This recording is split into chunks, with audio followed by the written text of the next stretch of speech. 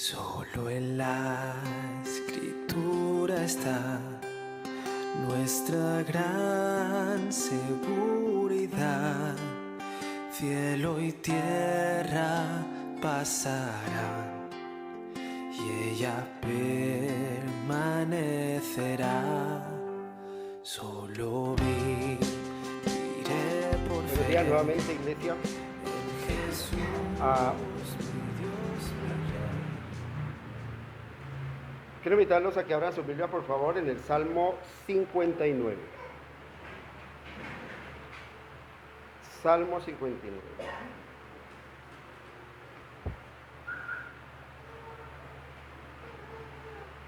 Hoy vamos a finalizar el estudio de este salmo. Este salmo que es un salmo imprecatorio. ¿Se acuerda qué significa la palabra imprecatorio? Es orar para que el juicio de Dios caiga sobre el impío a causa de su impiedad. No es orar para que Dios castigue a alguien porque me está haciendo mal a mí. Eso no es una oración imprecatoria. O es un mal entendimiento de la oración imprecatoria. Es orar para que ese impío deje de hacer impiedad y actuar en contra de Dios. Actuar en contra de los principios de Dios. Bien, vamos a dar lectura a todo el Salmo para terminarlo. Y iniciamos con la última parte que corresponde del versículo 14 al versículo 17. Al músico principal sobre no destruyas, Mictán de David, cuando envió Saúl y vigilaron la casa para matarlo. Versículo 1. Líbrame de mis enemigos, oh Dios mío, ponme a salvo de los que se levantan contra mí. Líbrame de los que cometen iniquidad y sálvame de hombres sanguinarios, porque aquí están acechando mi vida. Se han juntado contra mí poderosos, no por falta mía ni pecado mío, oh Jehová, sin delito mío corren y se aperciben. Despierta para venir a mi encuentro y mira. Y tú, Jehová, Dios de los ejércitos, Dios de Israel, despierta para castigar a todas las naciones. No tengas misericordia de los que se rebelan por iniquidad. Sela. Volverán a la tarde, ladrarán como perros y rodearán la ciudad. Y aquí proferirán con su boca, espadas hay en sus labios, porque dicen, ¿quién nos oye? Mas tú, Jehová, te reirás de ellos, te burlarás de todas las naciones a causa del poder del enemigo. Esperaré en ti, porque Dios es mi defensa. El Dios de mi misericordia irá delante de mí. Dios hará que vea en mis enemigos mi deseo. No los mates, para que mi pueblo no olvide. Dispérsalos con tu poder y abátelos, oh Jehová, escudo nuestro. Por el pecado de tu boca, por la palabra de sus labios, sean ellos presos en su soberbia. Y por la maldición y mentira que profieren. Acábalos con furor, acábalos para que no sean. Y sépase que Dios gobierna en Jacob hasta los fines de la tierra. Sela. Vuelvan pues a la tarde y ladren como perros y rodeen la ciudad. Anden ellos errantes para hallar que comer, y si no se sacian, pasen la noche quejándose. Pero yo cantaré de tu poder y alabaré de mañana tu misericordia, porque has sido mi amparo y refugio en el día de mi angustia. Fortaleza mía, a ti cantaré, porque eres el Dios de mi refugio, el Dios de mi misericordia. Padre, en esta mañana nos presentamos delante de ti, buen Señor, este pequeño remanente que has puesto en este lugar de la ciudad, Señor, porque has mostrado, Señor, tus misericordias para con nosotros. Por eso estamos aquí, buen Dios. Abre, Señor, los ojos de nuestro entendimiento, Señor, para poder comprender, Señor, este mensaje, bendito Dios, y poder aplicarlo, Señor, a nuestras vidas, bendito Dios. Que tu pueblo, Señor, pueda ser edificado en el conocimiento de tu verdad para tu propia gloria. Te lo pedimos, buen Señor, en Cristo Jesús. Amén. Bien, hoy vamos a terminar con la última parte del Salmo, la primera parte recordamos que dimos un título que dice lo siguiente: a quien Dios guarda, Satanás no puede destruir. Porque vemos que todo este tiempo el salmista está siendo perseguido de una manera ensañada para matarlo. Por eso titulé la primera parte: a quien Dios guarda, Satanás no puede destruir. En medio de esa persecución, el cuidado de Dios se hace manifiesto. Y nosotros entendemos que tantos versos de promesas que hay en la Escritura, como por ejemplo Salmo 5:12, porque tú, oh Jehová, bendecirás al justo, y como con un escudo lo rodearás de tu favor. Por ejemplo, Salmo 30, que dice, el ángel de Jehová acampa alrededor de los que lo temen y los defiende. Por ejemplo, Isaías 41:10, no temas porque yo estoy contigo, no desmayes porque yo soy tu Dios que te esfuerzo. Siempre te ayudaré, siempre te sustentaré con la diestra de mi justicia. Y miramos todas esas grandes promesas y muchas veces nosotros en nuestra humanidad malinterpretamos esas promesas porque decimos, bueno, pero mire mi aflicción, Señor. Pero mire lo que está pasando en mi vida. Pero mira, Señor, cómo voy de mal en peor. Pero mira, Señor, esta congregación, cada día hay menos personas, se va a acabar, Señor. Pero vemos que Dios aún ahí está manifestando su poder, su cuidado. Por eso la segunda parte que después la titulé, el cuidado soberano de Dios. Dios nos guarda, claro, en medio de la angustia, en medio de la prueba, en medio de la aflicción, en medio de la enfermedad, aún estemos postrados en cama, ahí está Dios con su cuidado, porque su cuidado es soberano. No es que Él nos mantiene en una burbujita de cristal para que nada nos pase, no.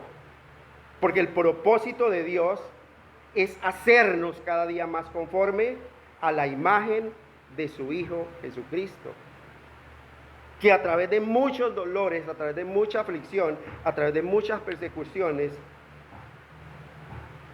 fue exaltado hasta lo sumo, dice la Escritura, y se le dio un nombre que es sobre todo nombre, y en el nombre de Jesús se doblará toda rodilla de los que están arriba en el cielo, abajo en la tierra y aún debajo de la tierra.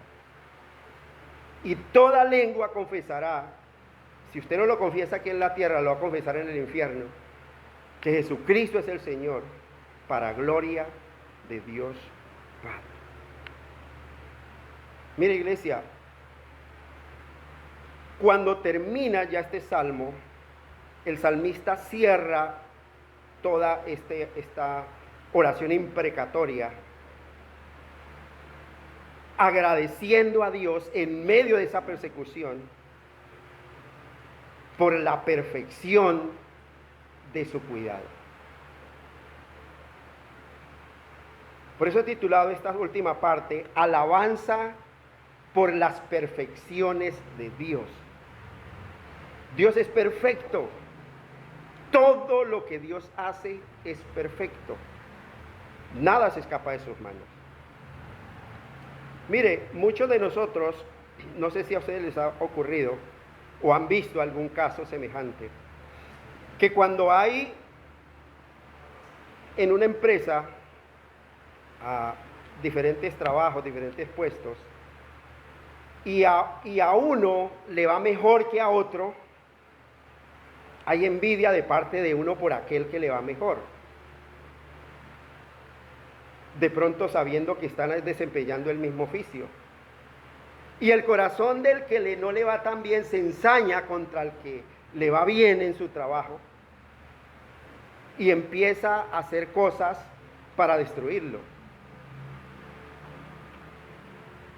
Y eso fue lo que pasó con Saúl. Cuando viene David y libra a Saúl y a todo su ejército de la aflicción que lo tenía sometido Goliat y el ejército de los filisteos, Saúl lo vio como alguien bueno para su reino. Pero cuando vio que el pueblo alababa más a David y le daba más alabanza a David, porque cuando llegan a la ciudad, las multitudes cantaban diciendo, Saúl mató a sus miles y David a sus 10,000. Y eso hirió el ego de Saúl y se ensañó contra David. Aunque David lo estaba haciendo no para quitarle el trono, sino para hacer de bendición mientras él estaba en el trono, mientras Saúl estaba en el trono. Él quería hacer de bendición para su reino. Aunque ya había sido nombrado rey, en el corazón de David no había ni esto de usurpar el trono, estando Saúl vivo. Pero el corazón de Saúl todo el tiempo se iba ensañando y se iba ensañando cada día más y más, y lo perseguía sobremanera, y aunque lo hacían aterrizar diciéndole, mire, él no ha hecho ningún mal, y juraba que no iba a volver a hacer, que no iba a volverlo a matar, él quebrantaba todo juramento, porque en su corazón no había temor de Dios. Nosotros vemos un caso contrario en el Nuevo Testamento, y es el caso de Juan el Bautista. Cuando Juan el Bautista empezó su predicación, iban multitudes tras de él.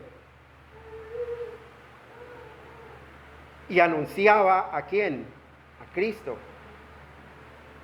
Pero cuando Cristo inicia también su ministerio, y Juan vio que las multitudes ya no iban sobre él, sino que seguían tras el otro, él no sintió dolor en su corazón.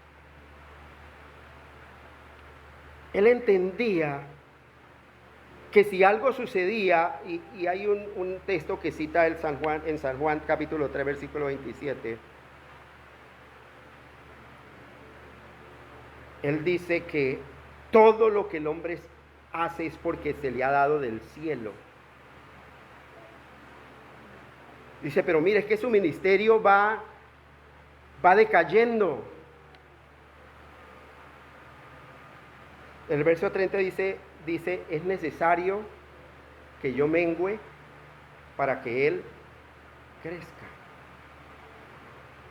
Mire la posición tan contraria. Juan el Bautista entendía que era necesario que su ministerio fuera en decadencia, porque el que él había anunciado ya estaba en ejercicio de su ministerio. Y no hubo envidia en el corazón de Juan.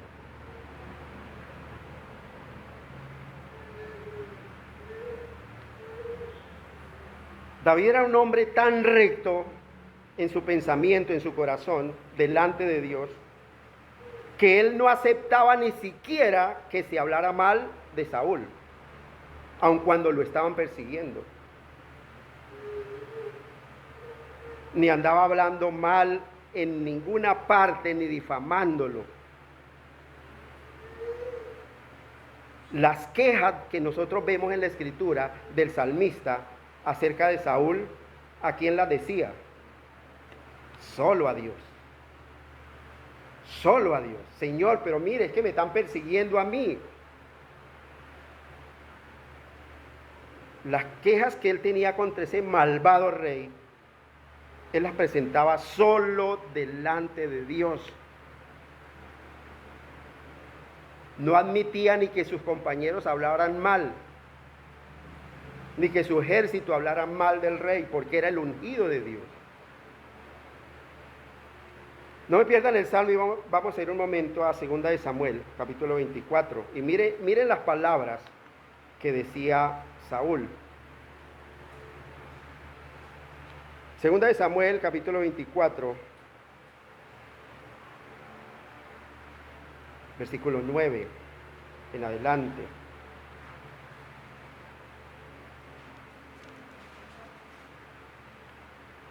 Dice así la bendita palabra de Dios.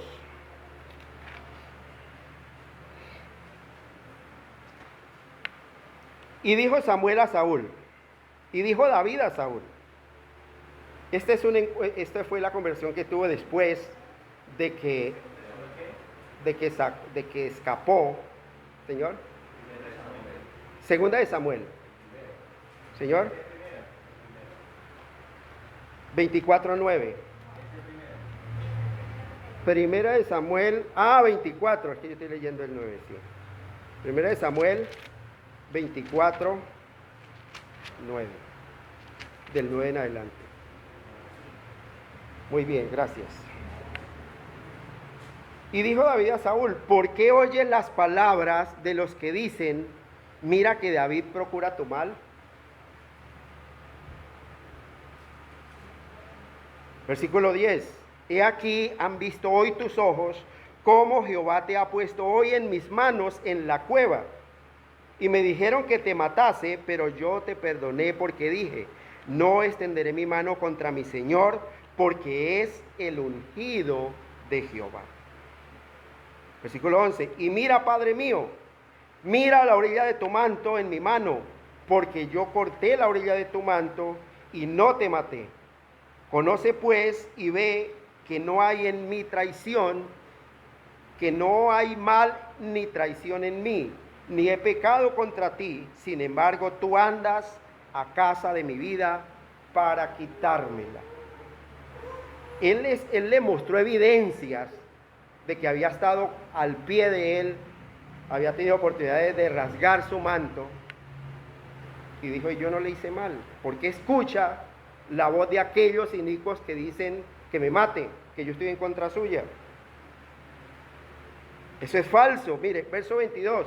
Ahora mire lo importante. Dice David, juzgue Jehová entre tú y yo.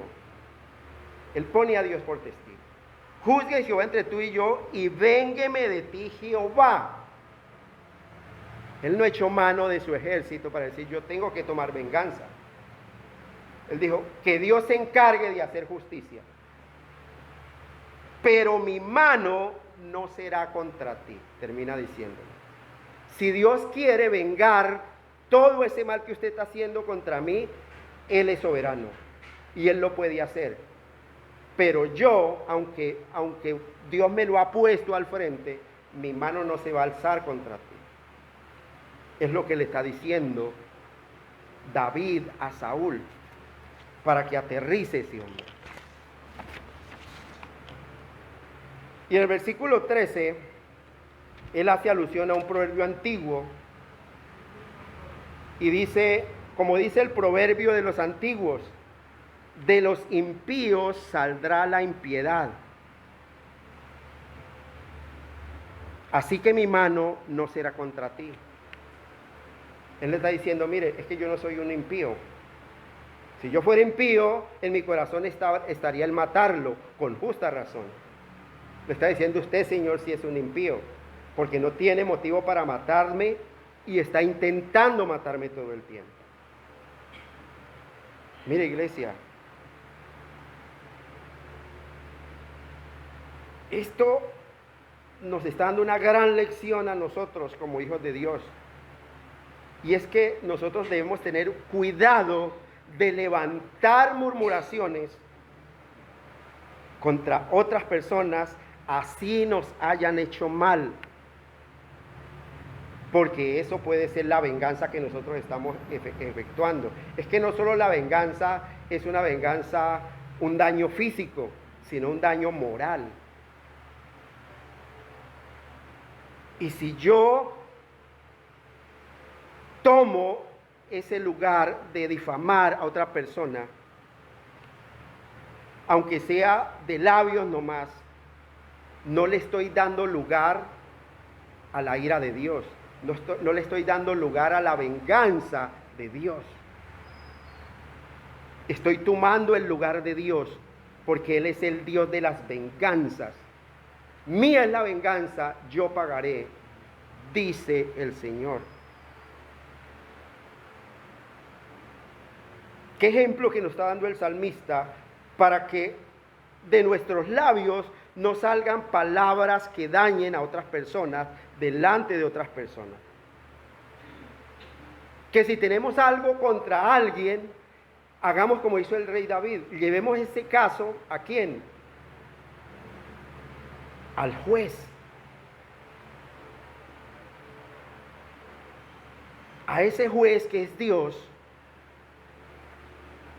porque si yo me encargo de hacer difamación, entonces estoy actuando como Dios, porque estoy tomando la venganza en mi propia mano, y la venganza es de Dios.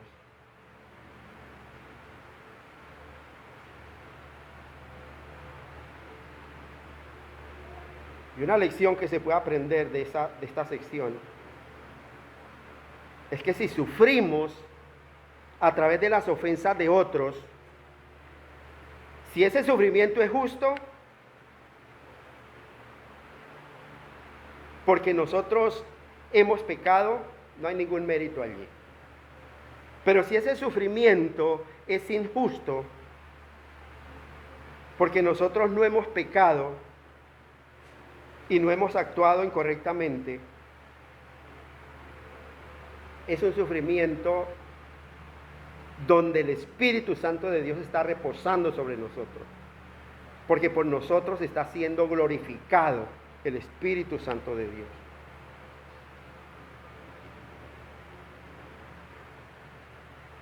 Mire, iglesia, el salmista está diciendo, es que sin causa me están persiguiendo. Y hay una bienaventuranza grande allí. Nosotros recordamos el Sermón del Monte, Mateo 5, donde Dios dice, del versículo 11 en adelante, bienaventurados sois cuando por mi causa los vituperen y los persigan y digan toda clase de mal contra vosotros, mintiendo. Debe haber un gozo en nuestro corazón. Vayamos un momento a Primera de Pedro, capítulo 4. Y miren lo que dice el apóstol Pedro. Primera de Pedro, capítulo 4, versículo 15 al 16. Y dice lo siguiente: que ninguno de vosotros padezca como ladrón, como homicida o ladrón.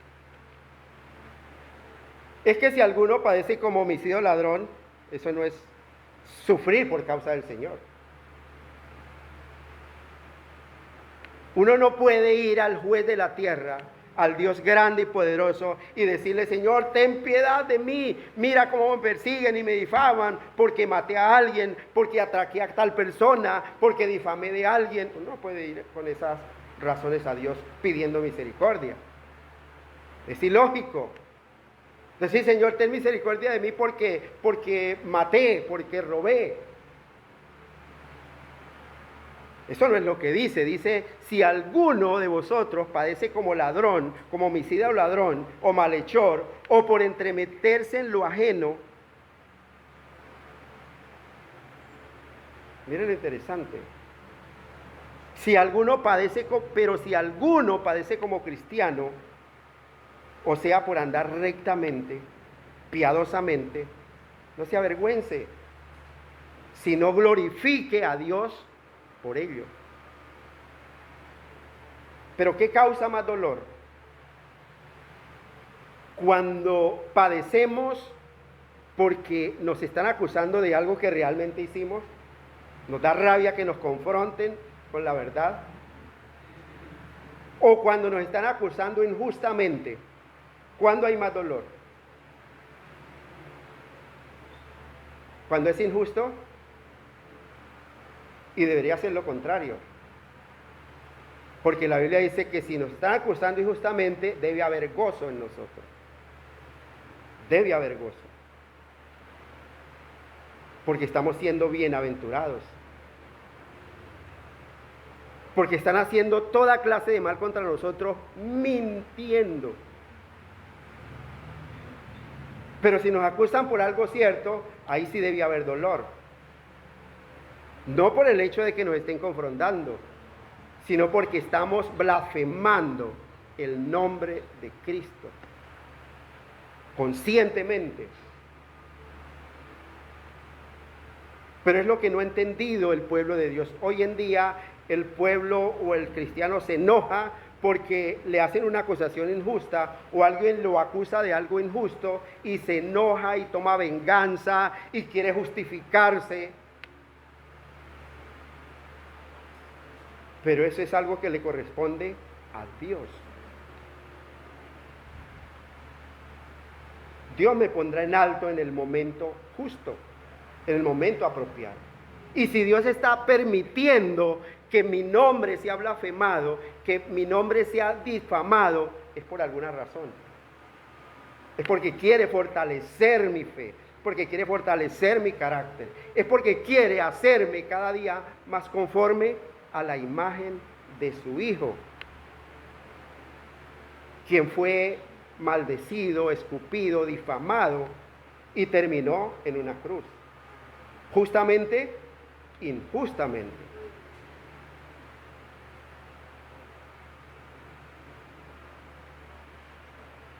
Y si yo llevo un ministerio correctamente, muy probablemente eso es lo que me va a esperar, la cruz.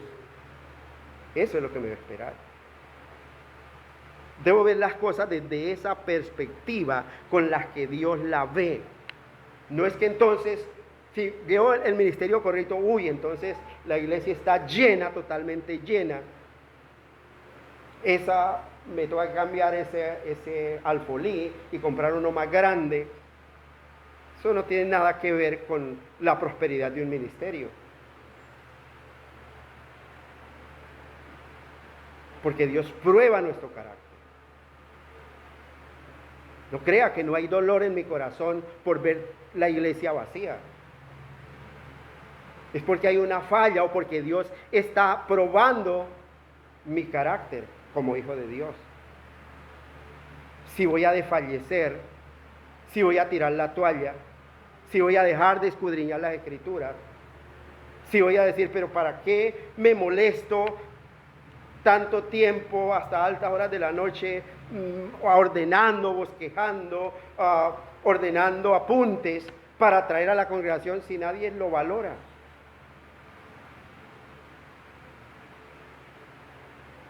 Eso es una prueba que Dios nos pone para ver si nuestro ministerio está fundamentado en lo que vemos. Pero lo importante es que Dios apruebe nuestra predicación. No importa que el que llegue a dormir, llegue a entretenerse con otra cosa. Pero si Dios aprueba nuestra predicación, nuestro esfuerzo, es lo importante delante de Dios.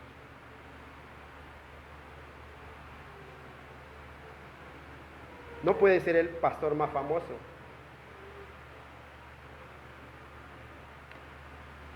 Pero Dios dice, pero yo estaba ahí, aprobando tu mensaje, aprobando tu predicación.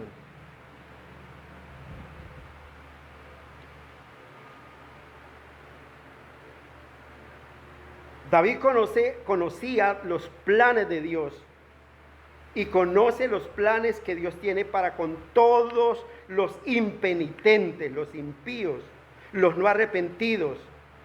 Él conoce los planes de todos de Dios para con todos los que se gozan haciendo el mal.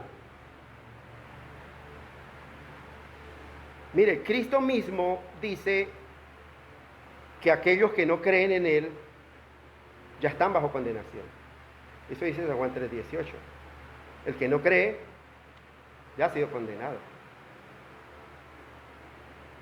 Cristo mismo dice que la ira de Dios ya está sobre ellos y que un día no muy lejano serán condenados eternamente por su maldad.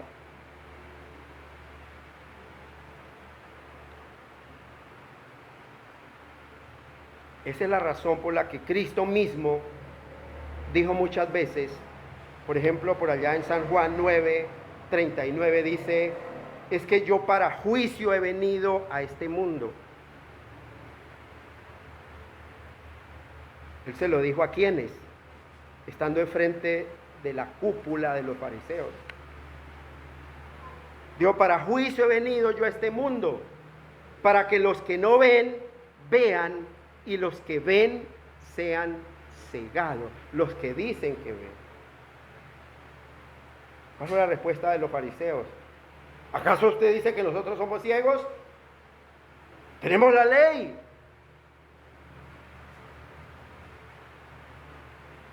Pero tenían a Dios enfrente y no lo podían ver.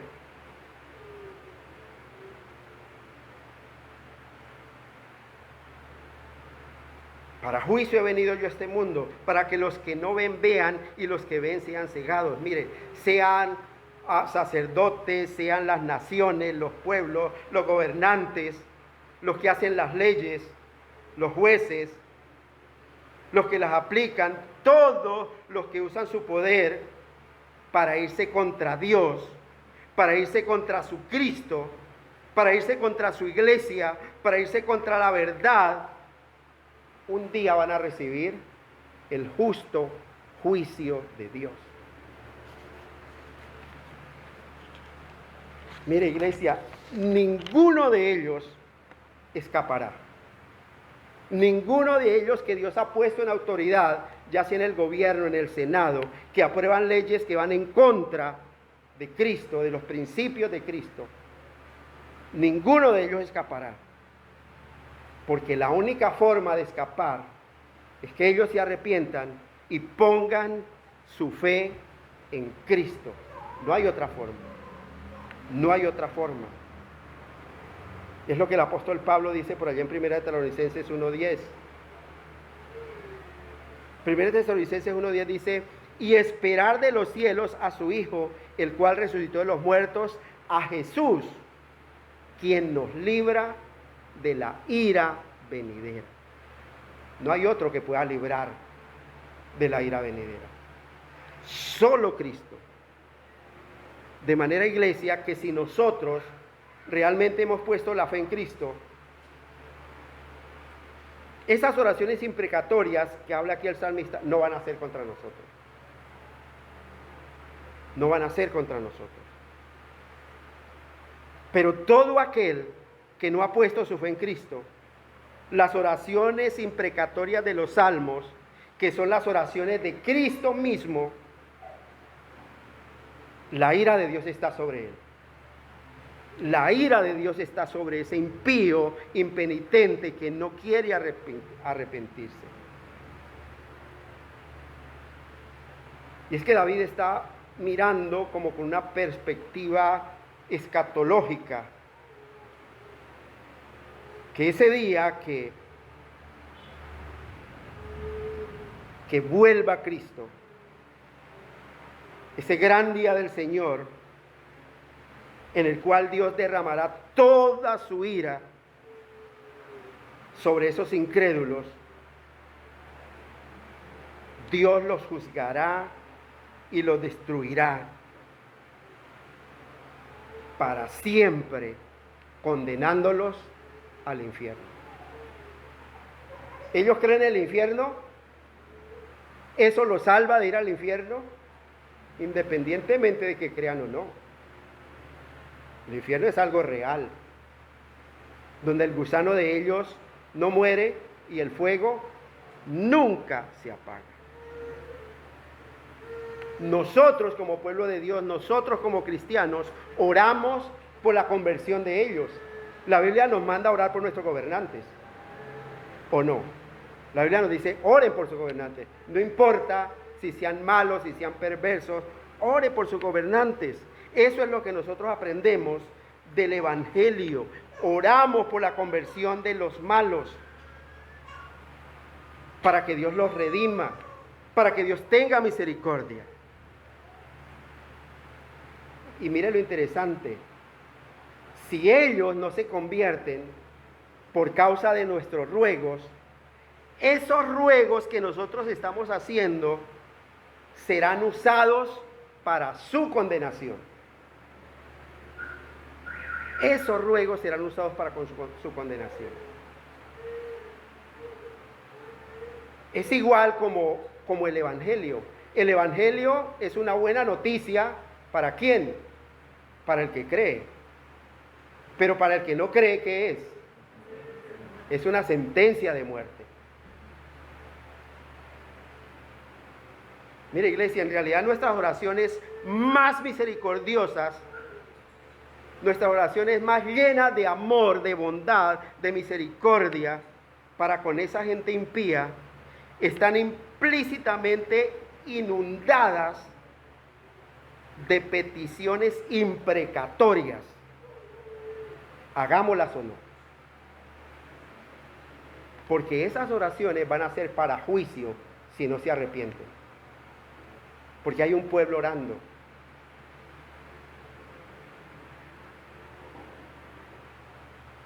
Cuando oramos nosotros por la conversión del impío, y si no se convierte, esa oración será imprecatoria para él. Que el juicio de Dios caiga sobre él. Y al final Dios lo va a usar. Por eso es tan impresionante como el salmista lo llama a él al final y le dice, Él es el Dios de mi misericordia. Él es el Dios de juicio para el impío, pero para mí es el Dios de mi misericordia. Nosotros entendemos que Dios es un Dios de ira y que Dios está irado contra el impío todos los días. Pero para el justo, para el que confía en Él, Dios es un Dios, Dios es el Dios de mi misericordia. Y aquí no hay generalidades. Aquí David no está diciendo es el Dios de las misericordias. Está diciendo Él es el Dios de mi misericordia. Y nosotros podemos orar como el salmista.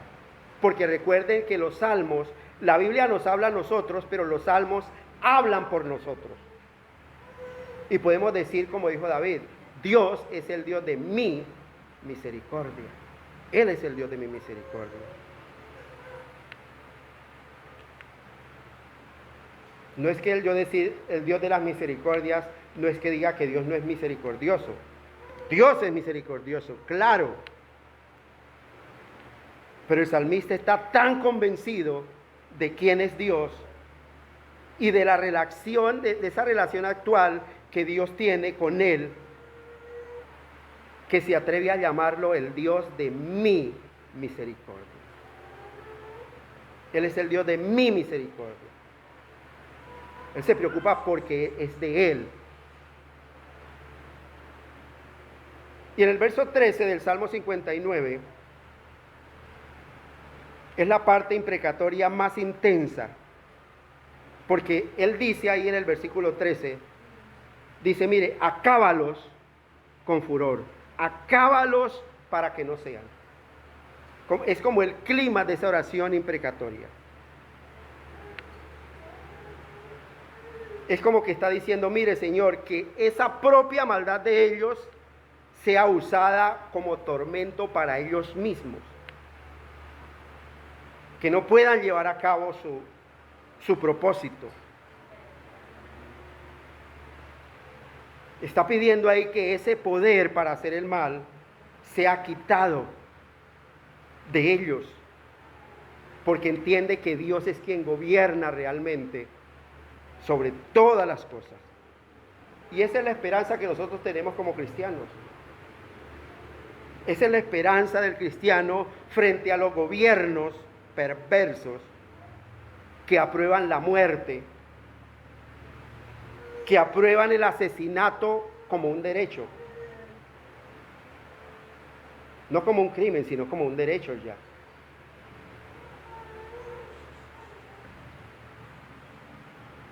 Esa es la esperanza del cristiano frente a los gobiernos y senados malvados que promueven ideologías perversas y contrarias a toda razón lógica por encima de los principios bíblicos.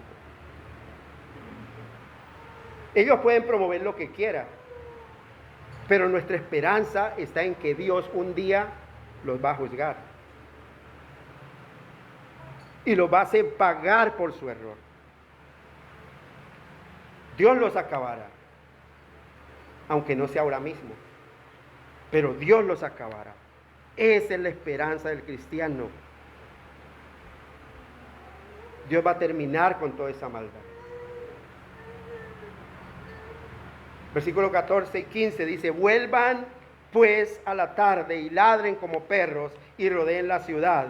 Anden ellos errantes para hallar qué comer, y si no se sacian, pasen la noche quejándose.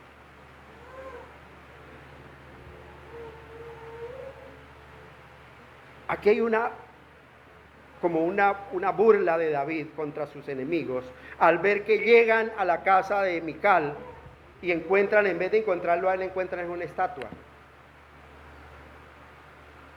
No pueden hallar ahí su objetivo, su presa. Y puede que alguien se pregunte, bueno, ¿acaso puede un cristiano orar así, pidiendo a Dios que castigue a los malos? ¿Es lícito que un cristiano pida eso? Y es que nosotros, mire lo interesante, nosotros vivimos en un siglo tan humanista, tan antropocéntrico, donde se exalta al supuesto hombre, donde se exalta la nobleza del hombre, la supuesta nobleza del hombre, olvidándonos de esa doctrina de la total depravación humana.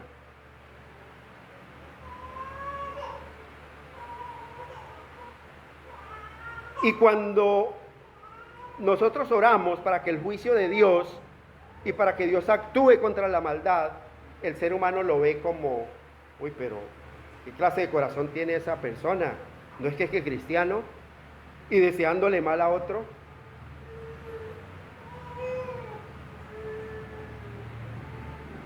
Pero es que las Escrituras en el Nuevo Testamento exhortan al creyente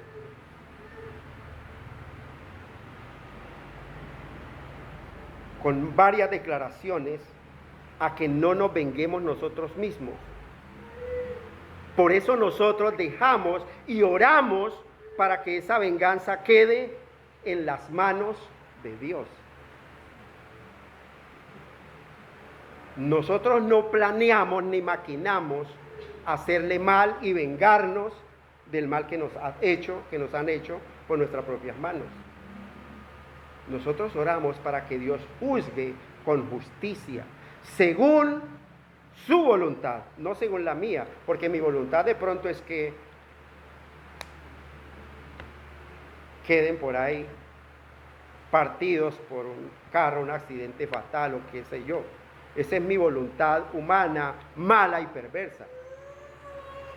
Pero Dios en su soberanía puede obrar de acuerdo a su voluntad.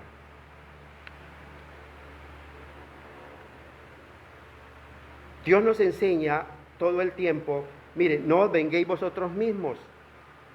Eso no lo puede hacer un cristiano, tomar venganza por sus propias manos, sino dejar lugar a la ira de Dios. Y eso incluye dejar de murmurar contra otras personas.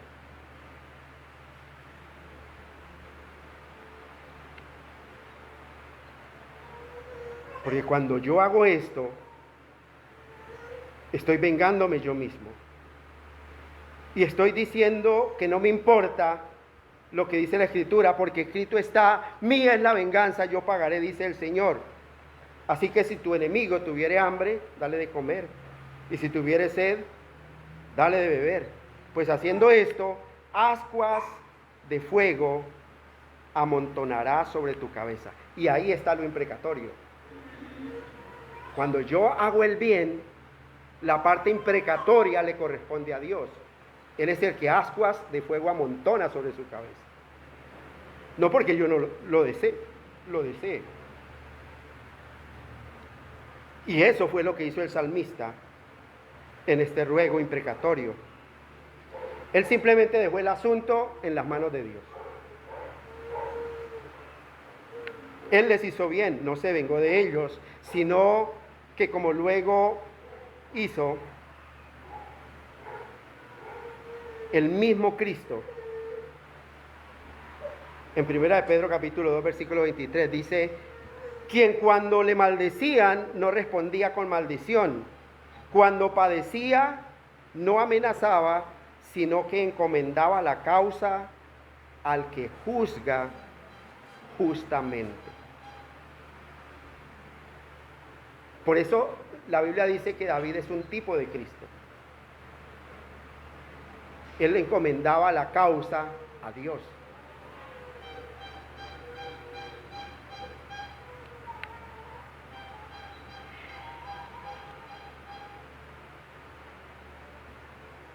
Así que es lícito orar de esa manera imprecatoria, poniendo la justicia en las manos de un Dios santo.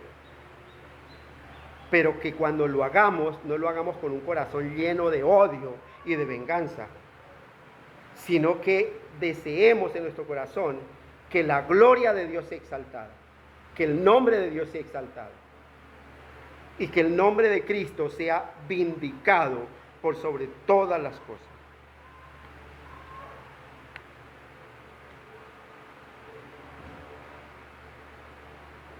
Y una de las cosas que el salmista quiere enfatizar aquí en esta última parte y en todo el salmo es que contemplemos a Dios como un Dios personal, no como un Dios general, sino como mi Dios, el Dios de mi misericordia, que Él tiene misericordia para con quienes, para con los justos, para con los que le temen.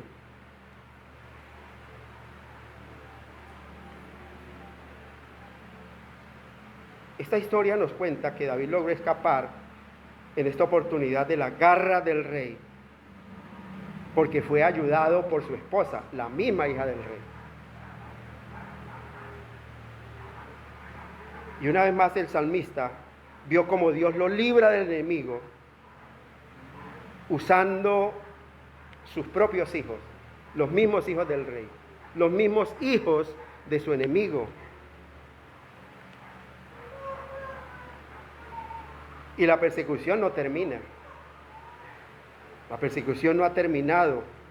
La persecución continuará, pero David, lo que está consciente David y lo que sí sabe David es que Dios va a cumplir el propósito para el cual lo ungió. Él va a cumplir el propósito por el cual lo ha puesto en este mundo. Y por eso él concluye el salmo, este Salmo 59, con un canto de alabanza. Él concluye este salmo con este cántico de alabanza. En medio de esta oración suplicante y angustiosa, ese cántico de alabanza es la voz de la fe. Es esa voz de la fe que ve con convicción las cosas que aún no se pueden ver con los ojos físicos. Recordemos que la fe es la esperanza, es la certeza de lo que se espera y la convicción de lo que no se ve. Y es lo que está viendo David ahí. Esa alabanza que David está haciendo ahí, en medio de esa oración suplicante, de esa oración imprecatoria, es la voz de la fe que ve con convicción las cosas que aún no se pueden ver con los ojos físicos. Versos 16 y 17. Dice, pero yo cantaré de tu poder y alabaré de mañana tu misericordia, porque has sido mi amparo y mi refugio en el día de mi angustia. Fortaleza mía, a ti cantaré, porque eres, oh Dios, mi refugio, el Dios de mi misericordia. Mire, iglesia, por eso titulé este salmo, esta porción del salmo, alabanza por las perfecciones de Dios. Y aquí observamos algo que David está alabando a Dios por sus perfecciones. Y uno va a decir, pero ¿cuáles perfecciones? Si él le tuvo que esconderse, le tuvo que huir, le tuvo que salir corriendo. ¿Qué perfecto hay ahí? Pero las perfecciones de Dios estaban ahí. Él está reconociendo a Dios en varios aspectos. Y por lo primero que alaba a Dios es por su poder. Dice, pero yo cantaré de tu poder. ¿Poder para qué? Poder para salvarlo de la garra del enemigo. Lo alaba, ¿por qué más lo alaba? Lo alaba por su misericordia, porque lo libra de las garras del enemigo. Lo alaba por su amparo, ese amparo que lo protege, que lo cuida. Lo alaba porque Él es su refugio, porque es su escondedero, porque es el lugar donde Él va. Lo alaba por su fortaleza, porque Él es el que renueva sus fuerzas, porque es el que lo fortalece, el que fortaleció al salmista para soportar todo ese tiempo de persecución que fue sometido a causa del rey. Mire, iglesia, recordemos algo, los salmos hablan por nosotros. Son oraciones que hablan por nosotros. Y lo único que espero es que este salmo se vuelva una oración, una parte en nuestros ruegos diarios.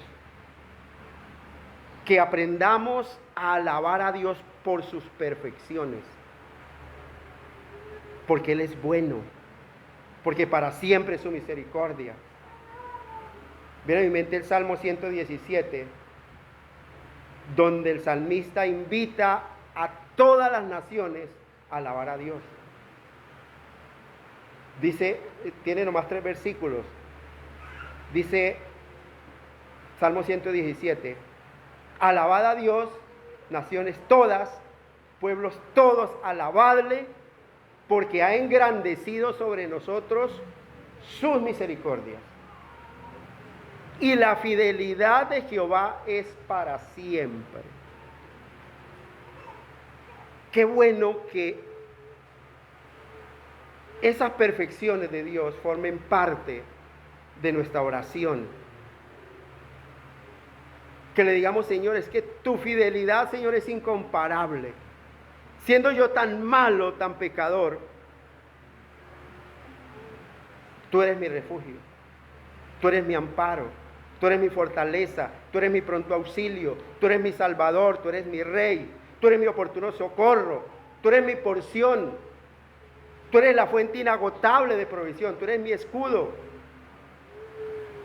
tú eres mi roca fuerte.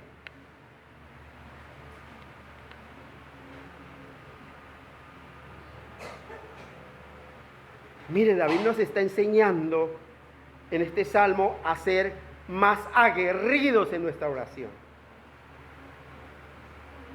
Que si vemos que aún el mundo se nos viene más encima, nos aferremos más a la oración y alabemos a Dios en sus perfecciones. Porque todo lo que Él hace es perfecto. Mire, no es pecado, no es atrevimiento pedirle a Dios como hizo el salmista, en el versículo 4, diciéndole, Dios, despiértate. Eso no implica que Él esté dormido, sino es como un lenguaje que usamos nosotros, Señor, pero mira lo que me está pasando. Mira la situación de este mundo, Señor. Mira la situación de la iglesia. Mira la situación de esta congregación, Señor.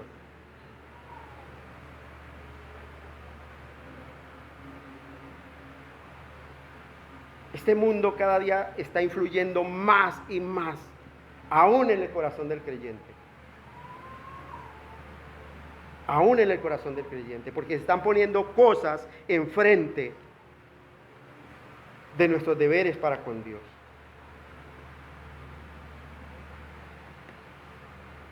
Qué bueno decirle, Señor, tiempo es de actuar, oh Jehová, porque han invalidado tu ley. Despiértate, Señor, y castiga y dispersa y abate a todos aquellos que pervierten el derecho de Cristo. Que Dios acabe con su furor a todos aquellos que promueven ideologías malvadas, ideologías contrarias que están socavando los fundamentos de la sociedad y la están conduciendo a la destrucción. Ideologías y maneras de pensamiento que están metiéndose aún en el pensamiento del cristiano, que ya está viendo todo en el mundo normal.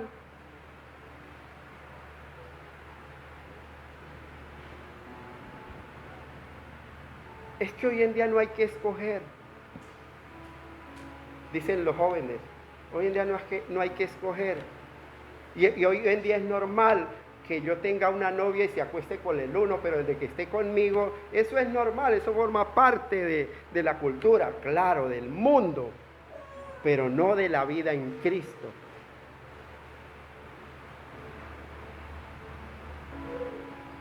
Y si en mi afán por no quedarme solo, ando pescando donde no debo pescar, y quiero ayudarle a Dios, no esperando en su tiempo, voy a sufrir las consecuencias. Porque hay un conocimiento de por medio.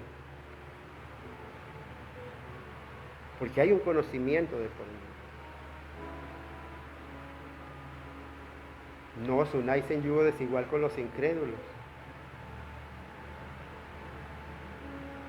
Porque ¿qué compañerismo tiene la justicia con la injusticia?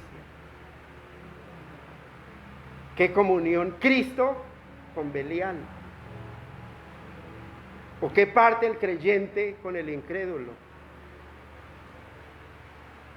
¿Qué acuerdo hay entre el templo de Dios y los ídolos? Todo eso se nos olvida.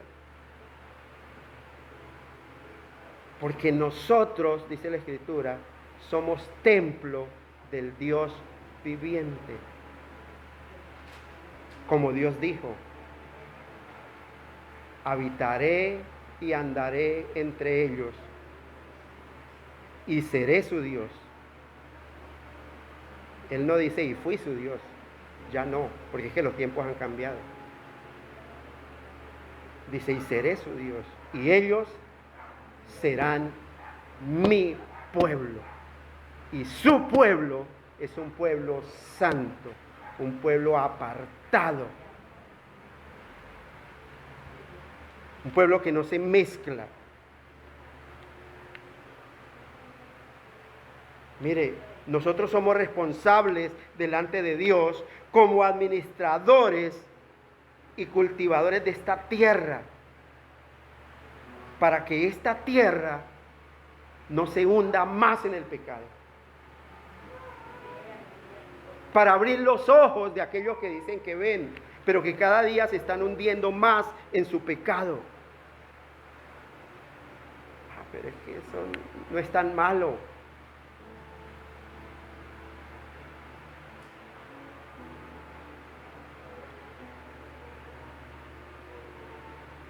Por eso debemos clamar todo el tiempo a Dios y decirle, Señor, acuérdate y mira a aquellos que derraman sangre inocente, aquellos que difaman tu nombre.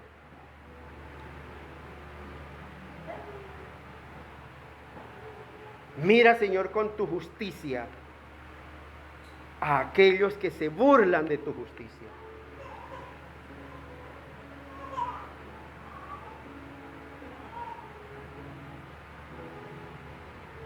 Que Dios tenga misericordia de nosotros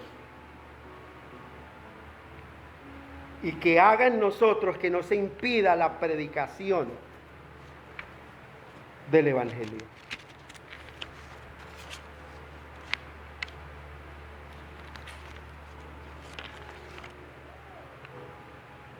Que Dios mismo trate con aquellas personas que impiden, que nos estorban o que son estorbo en la misma congregación, para que el nombre del Señor sea glorificado. Que Dios mismo trate con ellos. Él es el alfarero.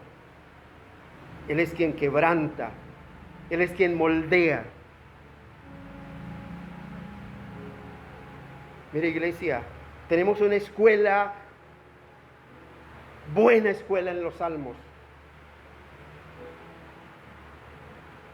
Y nosotros tenemos que aprender a usar esas oraciones imprecatorias también. Oraciones vindicativas en su justo lugar y con un correcto espíritu cristiano, no con odio, no con ánimo de venganza. Es un reto, porque va en contra de nuestra naturaleza, una naturaleza que desea nuestra propia justicia.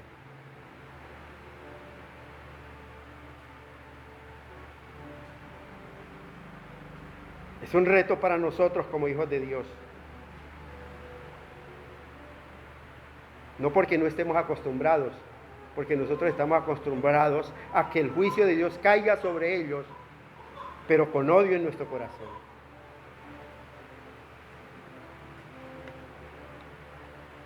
Debemos de aprender a la luz de estos salmos, que son la voz de Cristo hablando por nosotros.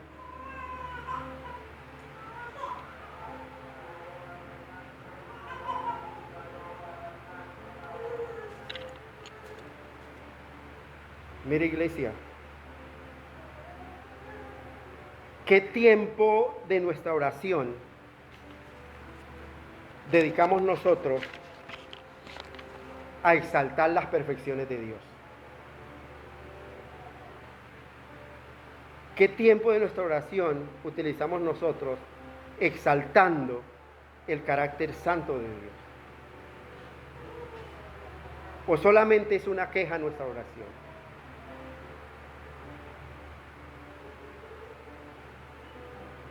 Miramos este Salmo 59, un salmo lleno de principio a fin de oraciones imprecatorias. De principio a fin, el salmista huyendo y escondiéndose para librar su vida. Pero cierra el salmo exaltando las perfecciones de Dios. Bien, el hombre puede decir, pero es que él le tocó duro.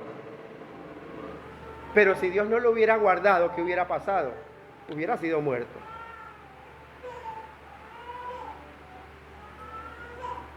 Por eso él cierra con broche de oro, diciendo, pero yo cantaré de tu poder. Mire ese pero. Ese pero significa mucho allí.